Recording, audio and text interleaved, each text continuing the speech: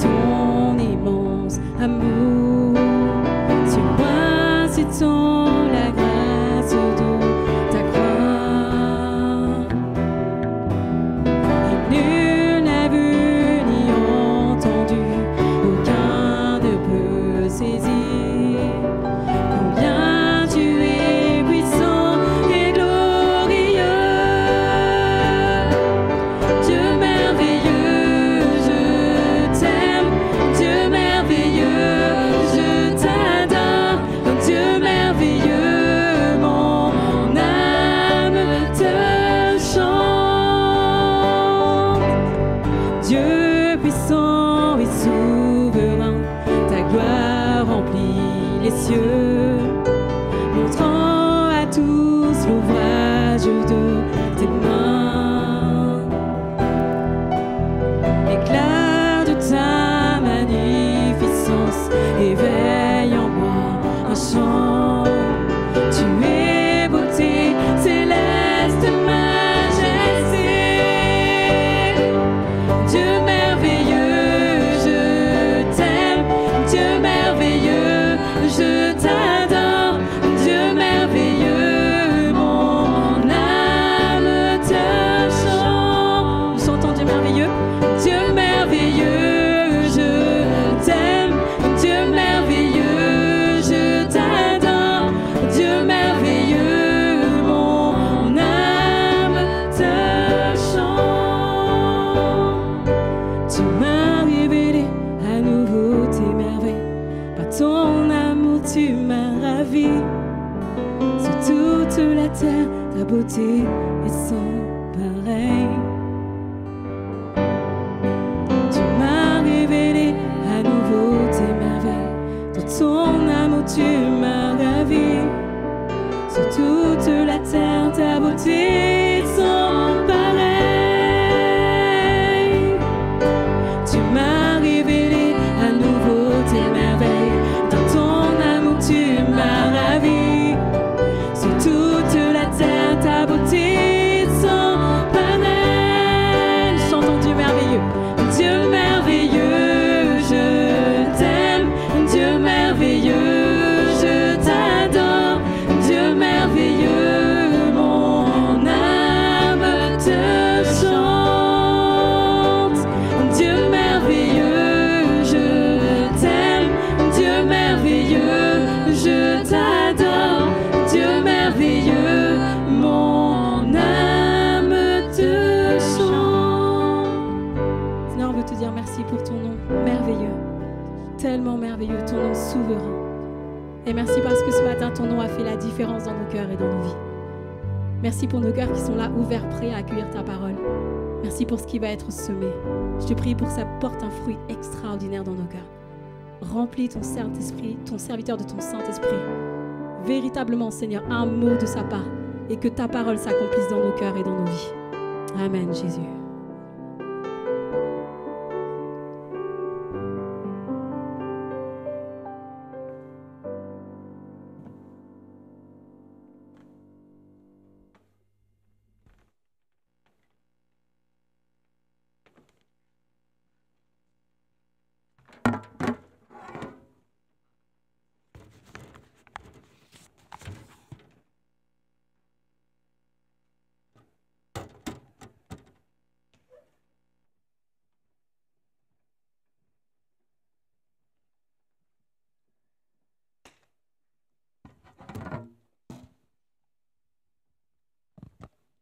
Bonjour à tous et à tous.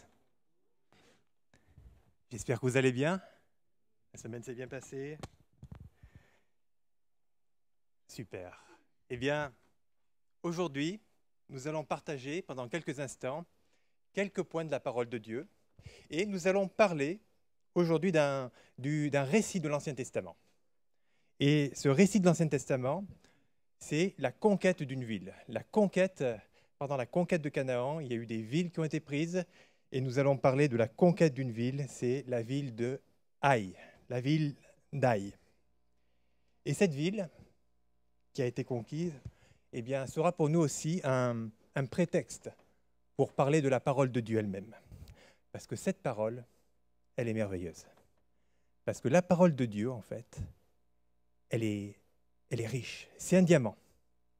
Vous aimez les diamants? On aime tous ces diamants, hein. Que ce soit pour la valeur, que ce soit pour la beauté. Et un diamant a des caractéristiques, il a des particularités.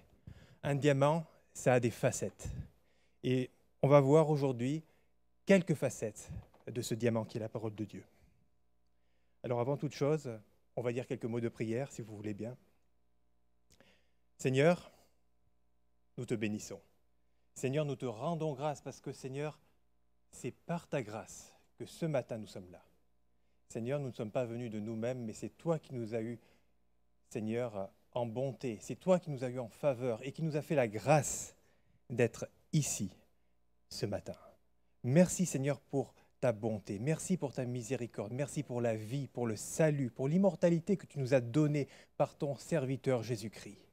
Merci, Seigneur. Seigneur, nous avons besoin de toi et particulièrement, j'ai besoin de toi. J'ai besoin de ton esprit. J'ai besoin de l'onction de ton esprit afin de partager ta parole à ton peuple, Seigneur. Au nom de Jésus-Christ, Amen. Alors, pour commencer, je vous propose une petite mise en situation et un survol du récit, afin que nous puissions profiter pleinement de tout ce qui s'est passé dans ce récit de l'Écriture. Alors tout d'abord, Israël est sorti d'Égypte. Il a eu des pérégrinations pendant 40 ans dans le désert, conduit par Moïse. Et voilà que Moïse meurt et que Josué prend la tête du peuple. Et le peuple passe la frontière de Canaan et entre en Canaan, entre en terre promise pour s'emparer de l'héritage que Dieu lui a promis. Et voilà que, immédiatement, le premier combat se présente, la bataille de Jéricho. Et Jéricho est pris, la victoire est acquise, et maintenant, on est à la prochaine étape. Et la prochaine étape, c'est la ville d'Aï. Alors, des éclaireurs vont être envoyés pour savoir un petit peu comment était cette ville, quelle était la topologie, comment ça se passait, combien il fallait envoyer d'hommes. Et donc, Josué envoie des éclaireurs. Et donc, on va essayer de regarder comment se présentait l'endroit. Alors, Aï a été retrouvé. Les archéologues ont un peu peiné, mais Aï a été retrouvé et les ruines ont été trouvées près de, attention, Khirbet el-Makatir. Ouh, j'ai réussi du premier coup. Donc vous voyez, c'est sur la carte en rouge. C'est à l'ouest de Jéricho et un petit peu à l'est de Bethel. Et donc, à 1 kilomètre de cette bourgade, de ce lieu, en fait, eh bien, on trouve les ruines d'Aï. Donc, suite à ça, eh bien, les éclaireurs reviennent et ils font à Josué le rapport de ce qu'ils ont vu.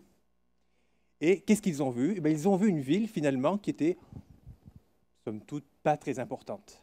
C'est une petite forteresse frontalière qui n'était pas trop défendue, qui n'avait pas trop d'hommes. Et donc, ils disent à Josué, pas de problème, pas la peine d'envoyer tout le peuple, on ne va pas fatiguer tout le monde, il suffit d'envoyer 2 à 3 000 hommes et l'affaire est dans le sac. Ceci dit, ceci fait, on envoie 2 à 3 000 hommes et la conquête d'Aï commence et c'est le drame parce que le peuple subit une défaite. Le peuple subit une défaite et il fuit devant les habitants de Aï et il perd une bonne trentaine de personnes. Et évidemment, après cette débâcle, le peuple est découragé. Et donc, le peuple se tient devant Dieu. Alors, on va regarder la diapositive suivante. Voilà, il se tient devant Dieu et il demande à Dieu, qu'est-ce qu'on va faire? Qu'est-ce qu'on va faire? Et Dieu parle, il dit, ok, il y a eu un problème, je n'ai pas été avec vous, alors tu vas régler le problème. Et maintenant que le problème est réglé, eh bien, je vais te donner la stratégie et tu vas y aller. Et tu vas prendre la ville d'Aï. Dieu donne la stratégie, la ville d'Aï est prise et la victoire est acquise. Et quand on regarde, en fait, cette parole, on se dit, waouh, Dieu ne fait pas les choses comme nous. Parce que quand on regarde l'Écriture, le récit d'Aï nous interpelle. Pourquoi est-ce que ce récit nous interpelle? Parce qu'il est long. Il est long au regard de la petite ville, de la petite forteresse que pouvait être Aï. Et quand je dis que Dieu ne fait pas les choses comme nous, ce n'est pas seulement dans le cadre de la prise d'Aï à Jéricho. Dieu n'a pas fait les choses comme on les aurait fait nous. Si vous voulez, je vous propose un petit exercice. On va se mettre un instant à la place de Josué. Vous voulez bien? Vous êtes Josué. Ça y est? Imaginez-vous un instant devant le peuple, devant les généraux, devant les chefs. Et là, vous leur dites, OK, on a la stratégie pour prendre Jéricho. On va faire le tour de la ville un premier jour, et un deuxième jour, et un troisième jour, jusqu'au 7e jour. Et le 7e jour, on va faire 7 fois le tour de la ville, et on va donner un coup de trompette. Et je ne sais pas pour vous, est-ce que vous aurez aimé être à la place de Josué devant les généraux à ce moment-là? Moi, non. Moi, non. Mais en fait, ce n'est pas un épiphénomène. Parce que Dieu, dans l'Écriture, ne fait pas du tout les choses comme nous. Témoin le récit de la ville d'Aï.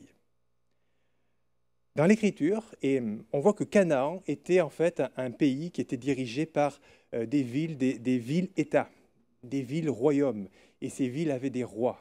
Elles étaient plus ou moins grandes, elles étaient plus ou moins importantes. Et il y avait des villes princières, des villes qui étaient importantes, fortement armées, défendues, avec des murailles. Gabaon, par exemple, était l'une de ces villes, Gabaon, qui est passée du côté d'Israël.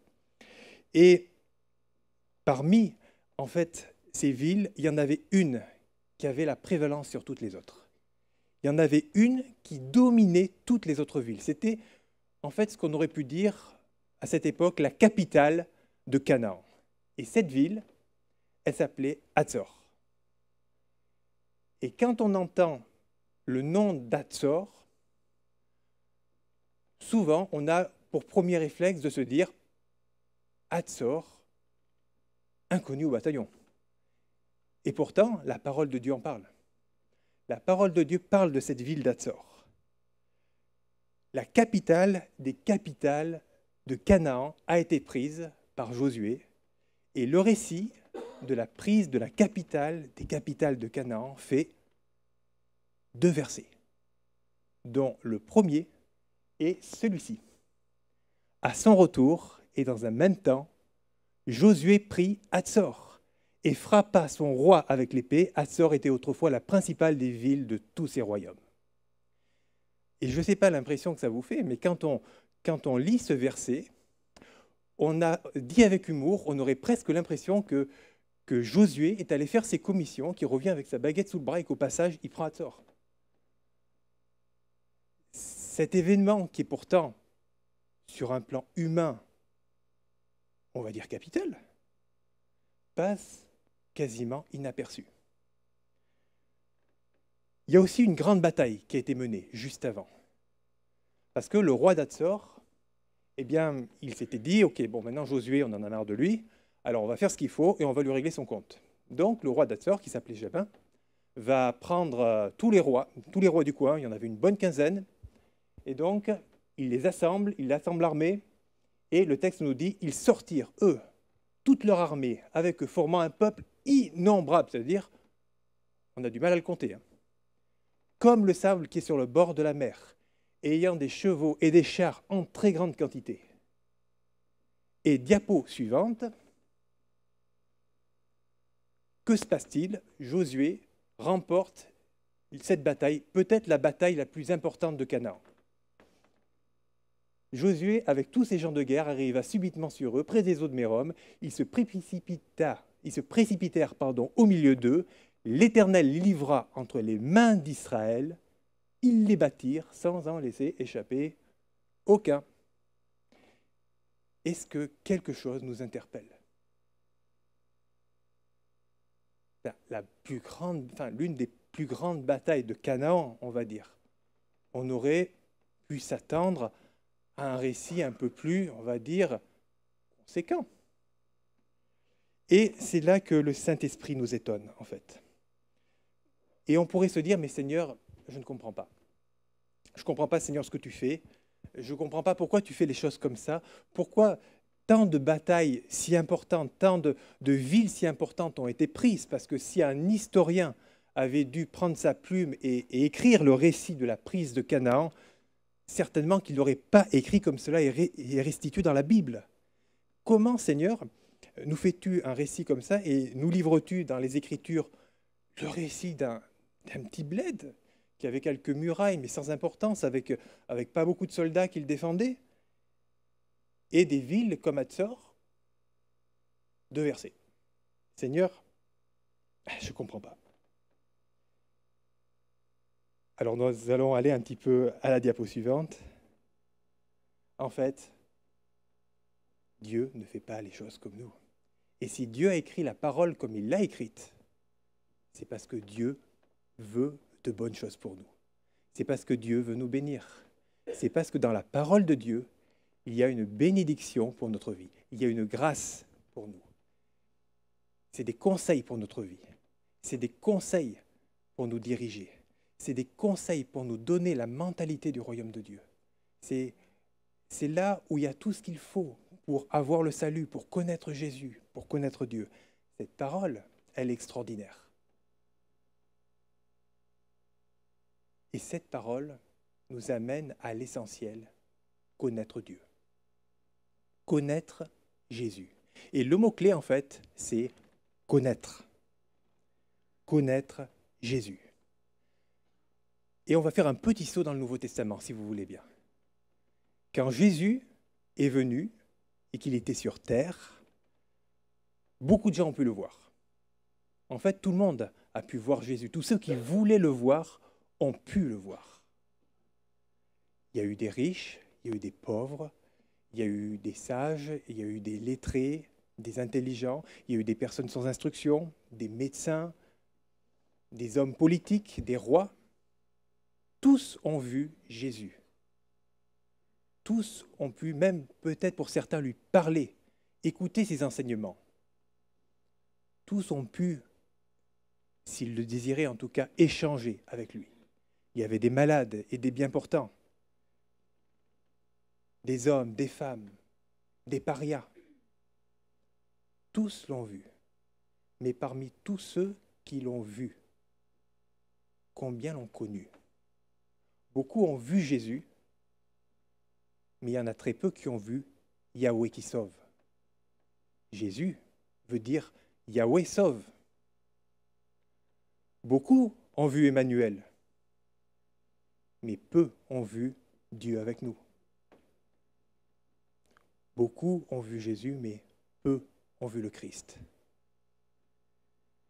Et quand on leur demandait qui est Jésus, qu'est-ce qu'ils ont reçu de Jésus, qu'est-ce qu'ils ont connu de Jésus, c'était un homme de bien, un grand prophète, c'est un juste, c'est un roi, on pensait qu'il serait le roi.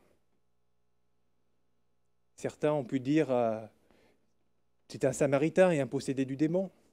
D'autres ont pu dire il égare le peuple. Mais de tout cela, peu l'ont connu. Peu ont connu qui était Jésus.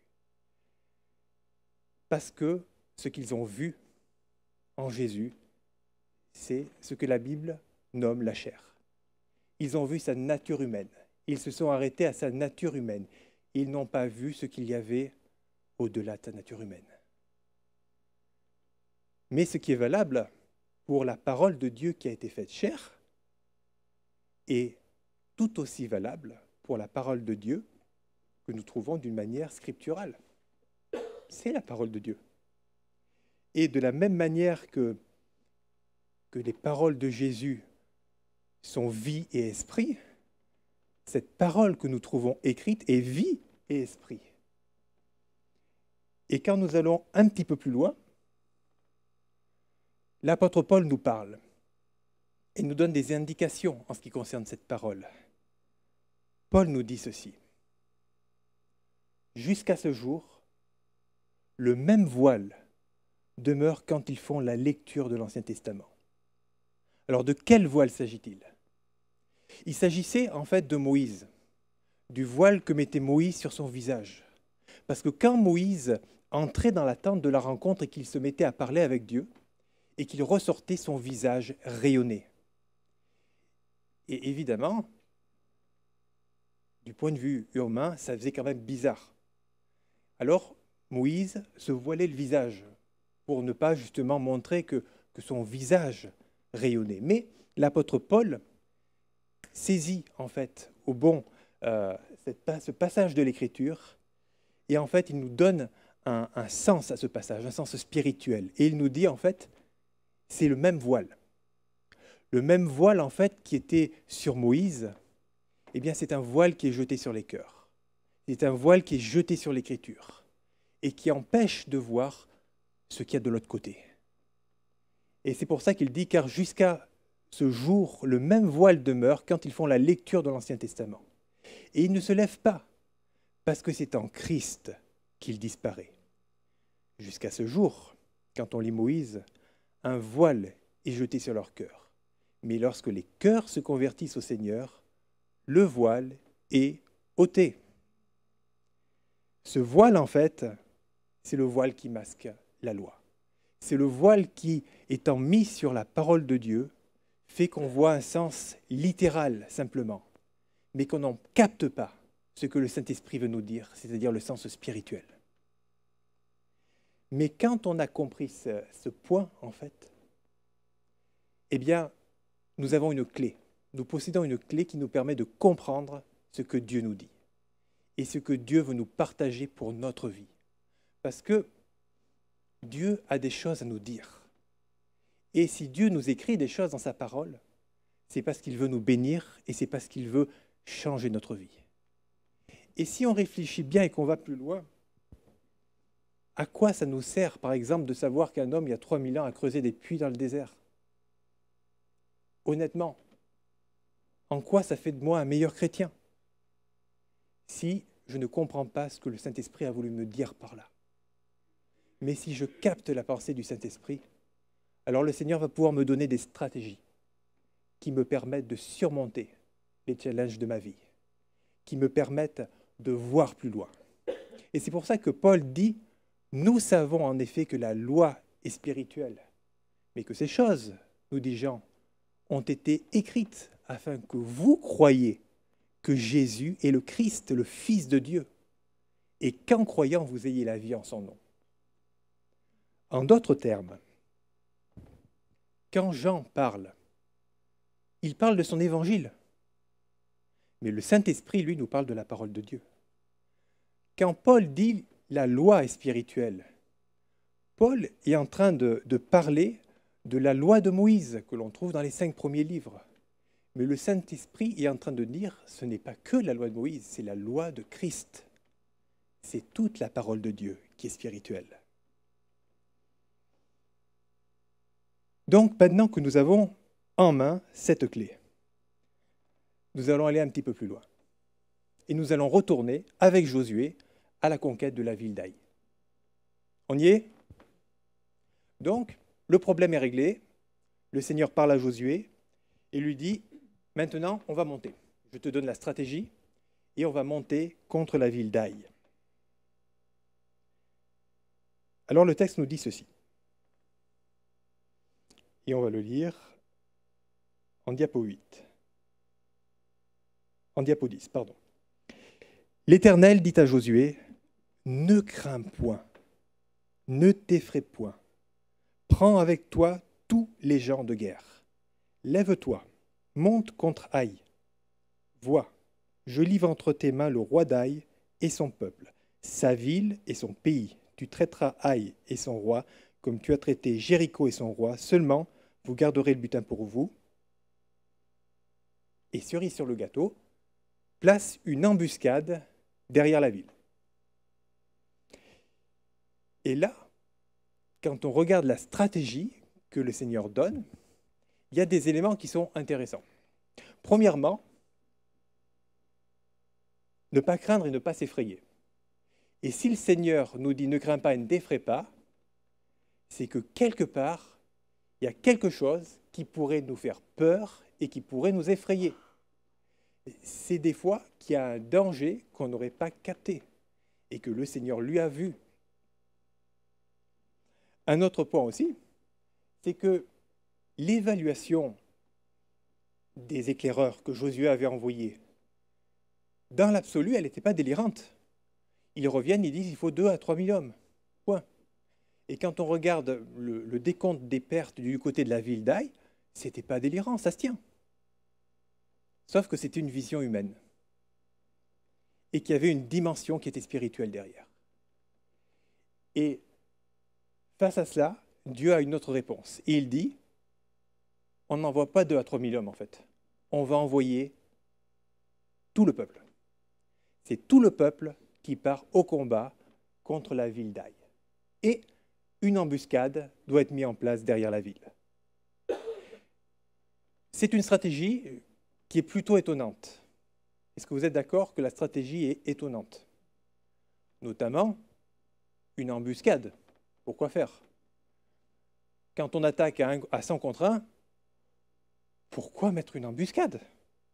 On y va, on casse tout, et puis bon, pardonnez-moi, mais pour la dentelle, on repassera, quoi. Quand on attaque à 100 contre 1, pas besoin de faire trop de stratégie. On y va et voilà, et c'est plié. Et pourtant, Dieu dit quand même, derrière, tu vas y mettre une embuscade. Des fois, il y a des combats qui nécessitent tout le peuple. Et dans la vie spirituelle, il est important de capter ça. A priori, si le peuple d'Israël n'avait pas fauté à sa première montée contre la ville d'Aï, et que Dieu était avec lui, on va dire, personne n'aurait pu dire comment ça serait passé. Mais il y a un décalage quand même, parce que force est de constater que la stratégie que Dieu donne, ce n'était pas la même que la stratégie proposée par les éclaireurs. On est d'accord? Et qu'est-ce qui s'était passé? Et ça, c'était un point qui est une leçon pour nous. Ils sont partis, péché, pas péché, mais ils sont partis, la fleur au fusil, sans demander à Dieu qu'est-ce qu'il en pense. Sans dire, Seigneur, voilà, on va faire ça. Qu'est-ce que tu en dis de la démarche? Qu'est-ce que tu en penses de la stratégie? Or, il s'avère que le Seigneur propose autre chose. Ça veut dire qu'il y aurait peut-être eu un problème. Il y aurait peut-être eu quelque chose qui serait mal passé. Il y aurait peut-être eu une dimension qu'il n'aurait pas captée. Alors nous allons aller à la diapo 14. Non, on va retourner à la diapo 13. Retournons à la diapo 13. En fait, normalement, quand on regarde cette stratégie, on a une petite explication que le Seigneur nous donne. Le Seigneur nous donne une explication de sa stratégie dans un verset, dans le premier verset en fait. Il nous dit « Je livre entre tes mains le roi d'Aï et son peuple ». Et la question que l'on va se poser, c'est pourquoi le Seigneur il s'exprime en ces termes-là? Parce que d'habitude, si on fait bien attention, si on fait appel à notre mémoire, d'habitude la forme de ce genre d'affirmation, c'est « Je livre entre tes mains la ville d'Aï et son roi », par exemple. Pourquoi là, Dieu nous parle du roi d'Aï et son peuple? Alors vous allez me dire, c'est quand même un peu la même chose. Sur un plan humain, on est d'accord, c'est quand même un peu la même chose. Sauf que Josué, il ne s'appelait pas Josué. Est-ce que vous savez comment s'appelait Josué? Fils de Nun. Il s'appelait, fils de Nun, c'était son père, donc, Nun. Il s'appelait Oshéa. Josué s'appelait Oshéa. Et alors qu'il part avec les espions, 40 ans plus tôt, pour explorer Canaan, voilà que Moïse, en fait, l'appelle et lui dit « Oshéa, je vais te donner un autre nom. Tu t'appelleras plus Oshéa à partir de maintenant. Tu t'appelleras Jésus. » Parce que Josué, il ne s'appelait pas Josué, il s'appelait Jésus. Et alors c'est vrai que les noms ont été changés. Mais en réalité, le titre du livre de Josué, c'est Jésus. Et du coup, ça change toute la perspective du texte. Parce que si on met le texte en perspective, alors on retrouve avec quelque chose qui nous dit, eh bien, c'est le Père qui dit à Jésus, « Vois, je livre entre tes mains un certain roi et son royaume.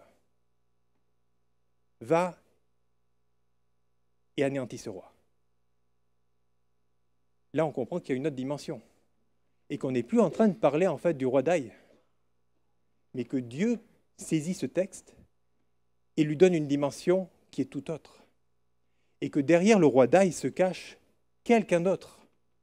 Et que derrière les habitants de la ville d'Aï se cache quelqu'un d'autre aussi. Et c'est pour ça que Dieu dit, on envoie tout le peuple. Parce que dans certains combats, il faut tout le peuple. Mes amis, je vais vous dire une chose. Dans les temps que nous vivons aujourd'hui, avec tout ce qui se passe aujourd'hui, 3000 hommes de guerre à la prière, ça ne suffit pas. Dieu nous dit, il faut tout le peuple. Parce qu'en face, il y a un monde spirituel hostile. De l'autre côté, en face de nous, il y a le roi d'Aï.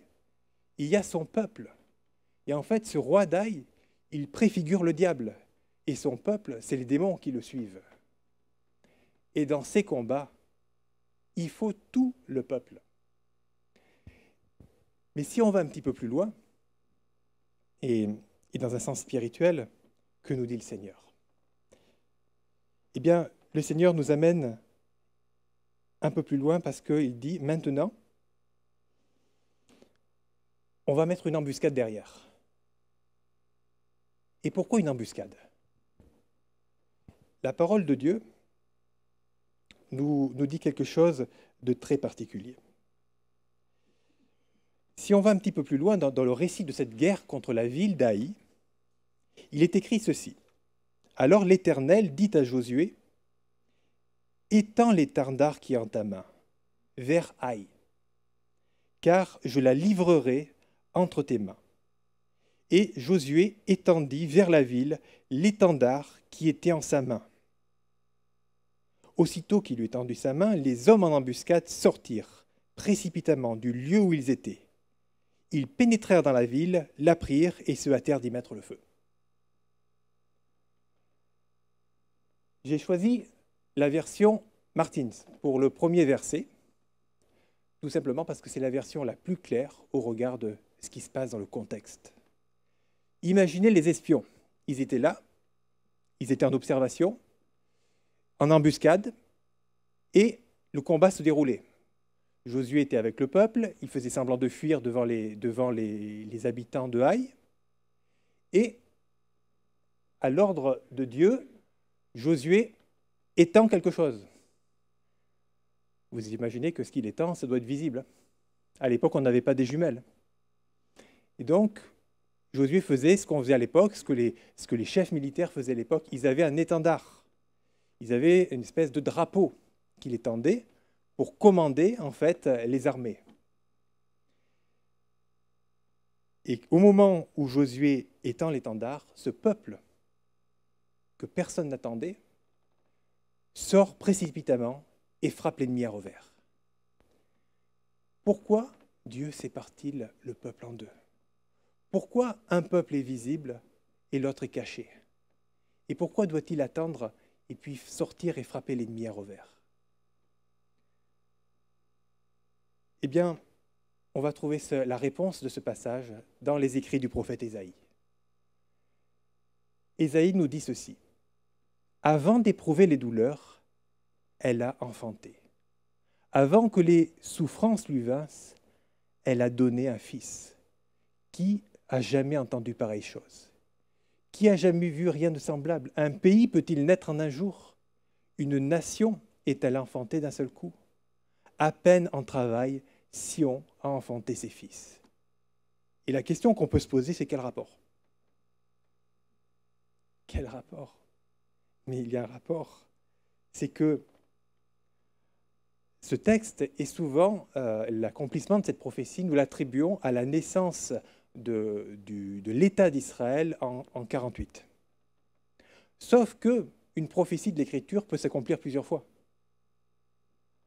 Et le premier accomplissement de cette Écriture, ça s'est produit au moment où Jésus s'est endormi à la croix.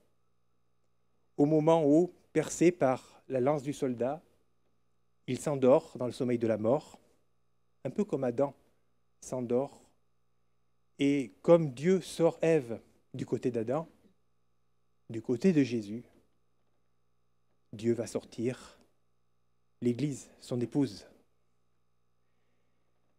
Et ce peuple que personne n'attendait, parce que qui attendait le salut des nations à cette époque? Eh bien, ce peuple qui va sortir et qui va frapper l'ennemi à revers, c'est l'Église. Il préfigure l'Église. Mes amis, quand l'Église et Israël, à la fin du combat, se réunissent et encerclent le peuple des démons et y mettent fin, eh bien, la victoire est acquise. Et c'est là où le Seigneur nous amène. Alors, pourquoi parler de ces choses? Est-ce que c'est pour le plaisir de décortiquer un texte? Non. Parce que si c'est ça, finalement, c'est ce que l'apôtre dit, c'est la connaissance qui enfle. Ça ne sert à rien. Mais ce qu'il faut comprendre, c'est que cette parole de l'Écriture, ce n'est pas un épiphénomène. Jésus, comme l'a dit notre frère Pierre, est caché partout dans les Écritures. Et le thème des Écritures, c'est Jésus. C'est Jésus qui est le thème de la parole de Dieu. Et si la Bible, en fait, était un entonnoir et que toutes les paroles de la Bible tournaient vers le centre et gravitaient vers le centre, ce centre, ça serait Jésus. Ces choses ont été écrites afin que vous croyiez que Jésus est le Christ, le Fils de Dieu. Ce passage de l'Écriture, ce n'est pas un épiphénomène. Toute la Bible est faite comme ça. En fait, la Bible, c'est un trésor caché. Il y a un trésor dans le champ. Et c'est à nous de le trouver. Et le Seigneur veut faire de nous des chercheurs de sa parole. Parce qu'à l'intérieur, il y a un trésor caché. Et ce trésor, c'est la réussite de notre vie. Parce que ce que Dieu veut pour nous, c'est une vie réussie. Ce que Dieu veut pour nous, c'est de nous donner la stratégie qui va nous permettre de réussir les challenges de notre vie. C'est de nous donner les éléments qui sont nécessaires afin de prendre en maturité, de prendre en épaisseur et de construire avec lui son royaume et d'obtenir les récompenses qu'il veut nous donner. Parce que Dieu ne veut pas seulement nous sauver, mes amis. Dieu veut nous récompenser aussi. Et Dieu veut nous donner les récompenses qu'il a réservées pour nous. Et elles sont grandes, ces récompenses. Elles sont glorieuses, ces récompenses. Souvent, ça m'a toujours un peu amusé, on raconte aux enfants un truc d'une hypocrisie. On leur dit, il faut que tu travailles bien à l'école, parce qu'après, plus tard, tu auras un bon travail. Et quand on dit ça, le Seigneur, il doit s'esclaffer.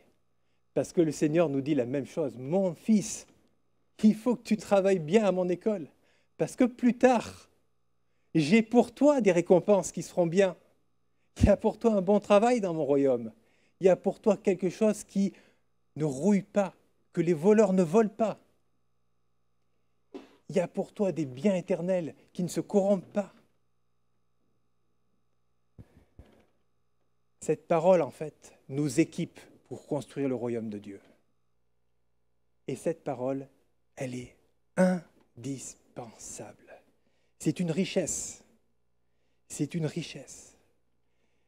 C'est cette parole qui nous rend intelligents.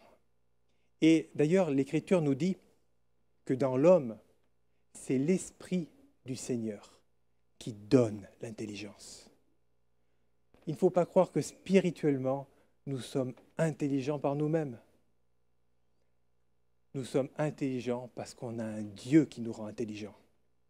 Nous sommes intelligents parce que sa parole nous donne de l'intelligence. Alors derrière, il y a encore un petit point. C'est que quand Josué étend la bannière, donc il étend la bannière. Cette bannière, en fait, c'était quoi une bannière d'ailleurs? Une bannière, ça ressemblait à quoi les bannières de l'époque? Alors de nos jours, les bannières, c'est un mât en fait, avec un bout de tissu qui est comme ça. Mais à l'époque, c'était pas pareil. À l'époque, les bannières, ça ressemblait plutôt à ça. Et quand on regarde ça, qu'est-ce qu'on voit? On voit une croix. Et en fait, quand Dieu dit à Josué, étends ta bannière contre la ville d'Aï, le Père dit à Jésus, étends ta croix contre le royaume de Satan. Et le royaume de Satan, mes amis, il est tombé. Et nous sommes victorieux. Et si on regarde en fait un récit de bataille, c'est parce que le Seigneur nous fait livrer des combats. Mais la victoire est acquise parce que le Seigneur est victorieux. Et à la fin, il nous donne la victoire finale sur Satan. Le texte nous dit qu'il fit pendre, Josué, il fit pendre sur un bois le roi d'Aï. Ce roi d'Aï qui représente Satan. Et l'apôtre Paul nous commente en fait ce passage en nous disant ceci. Il a effacé l'acte dont les ordonnances nous condamnaient et qui subsistait contre nous. Il l'a détruit en le clouant à la croix. Il a dépouillé les dominations et les autorités et les a livrées publiquement en spectacle, en triomphant d'elles par la croix. Et une autre version de l'Écriture, qui parlait beaucoup aux chrétiens de l'époque où l'apôtre Paul écrit, dit « Et les a donnés en spectacle à la face du monde en les traînant dans son cortège triomphal. » Alors qu'est-ce que ça veut dire ça? Ça veut dire que dans les périodes romaines, quand un général triomphait de ses ennemis, eh bien, on faisait un cortège. Et le général partait du Colisée. Alors quand on est à Rome, il y a le Colisée, puis une grande voie qui remonte jusqu'au palais de l'empereur. Et en fait, le général avançait dans la gloire. Et ses ennemis vaincus étaient traînés derrière lui dans son cortège. Et pour les ennemis vaincus, c'était pas bon. C'est pour ça que la Bible dit pour certains, c'est une odeur de vie, mais pour d'autres, c'est une odeur de mort.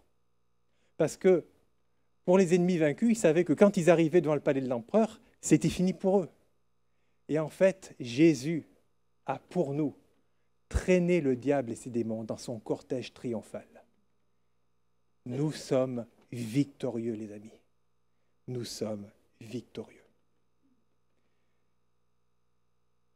Et un dernier point, c'est que ces habitants de Haï et son roi, ça représente aussi la nature humaine qui habite dans notre chair, notre condition humaine. Et le Seigneur nous dit, ces habitants de Haï, il va falloir que tu les combattes. Il va falloir que tu les mettes à mort. Pourquoi? Pour être propre au combat de Dieu. Je vais vous donner un exemple. Un exemple très simple. Imaginez que, étant converti, devenu chrétien, je sois aussi tueur à gages. Vous allez me dire, pas très compatible. Et si je vais vers un démon et je lui dis au nom de Jésus, on est d'accord que le démon, il va bien rigoler. Alors, je dis le plus pour suggérer le moins, d'accord? Mais faire la volonté de Dieu, ça sert à quelque chose. Marcher avec Dieu, ça sert à quelque chose. Surtout quand on fait face au monde spirituel.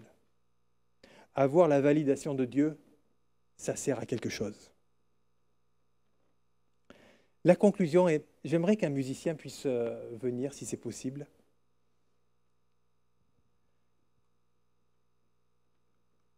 On va conclure avec cette pensée. C'est que la parole de Dieu, c'est un peu comme un régime alimentaire. Un régime alimentaire, il doit être équilibré. Sinon, on a des carences et on tombe malade. Si je ne mange que des carottes, je vais être super sympa, à ce qui paraît. Mais par contre, je vais être super carencé. De la même manière, si dans ma vie, je n'ai que la prière, il va me manquer quelque chose. Je vais être carencé. Si je n'ai que la connaissance et la parole de Dieu, là aussi, ça ne va pas aller. Je vais être carencé. Si je n'ai que la recherche des manifestations spirituelles, je risque d'être un peu bizarre. Comme dirait ma femme, je risque d'être un peu coucou les petits oiseaux, quoi. Mais ce qu'il faut comprendre, c'est que le divin diététicien a prévu pour nous un régime complet. On a besoin de la parole, on a besoin de la prière, on a besoin du Saint-Esprit. S'il manque quelque chose, on est carencé, on est déséquilibré. Et j'aimerais prier pour qu'aujourd'hui, il ne nous manque rien. Parce que la Bible nous dit que Dieu a pourvu à tout nous donner. Seigneur Dieu, merci pour ta parole. Elle est tellement précieuse. Elle est tellement belle. Elle est tellement grande. C'est un diamant. C'est une pierre de valeur avec tellement de facettes. Et nous voulons être remplis de cette parole, Seigneur. Parce que ta parole est esprit et vie. Et d'un certain point de vue, d'ailleurs, si on en est rempli, on est aussi rempli de l'Esprit de Dieu. Mais nous te demandons, en plus de ça, le baptême de ton Saint-Esprit, Seigneur. Parce que sans la vie de l'Esprit, nous ne pouvons pas aller loin. Nous te demandons aussi ta grâce dans la prière, Seigneur. Et pour chacun d'entre nous, nous te demandons la capacité de nous rendre épais, de nous donner de la substance, Seigneur, pour comprendre ta parole, pour être efficace, pour être puissant, parce que tu as ordonné que nous soyons puissants. Alors nous voulons être puissants, Seigneur, et nous voulons mettre en place les actions pour être puissants comme tu nous l'as commandé, Seigneur. Je te prie, Seigneur, aujourd'hui pour tous ceux qui se sont découragés et qui peut-être ont posé ce diamant, qu'ils puissent le prendre de nouveau, en voir les facettes, en voir l'éclat, en voir la brillance, Seigneur. Je te prie aussi pour tous ceux qui veulent aller plus loin, Seigneur. Par ton esprit, par la grâce de ton esprit, Seigneur, amène-les plus loin, Seigneur. Parce que c'est toi qui révèles les mystères cachés, Seigneur. Nous te prions pour que cette parole porte du fruit. 1 grain 100, 1 grain 50, 1 grain 10. Seigneur, nous te prions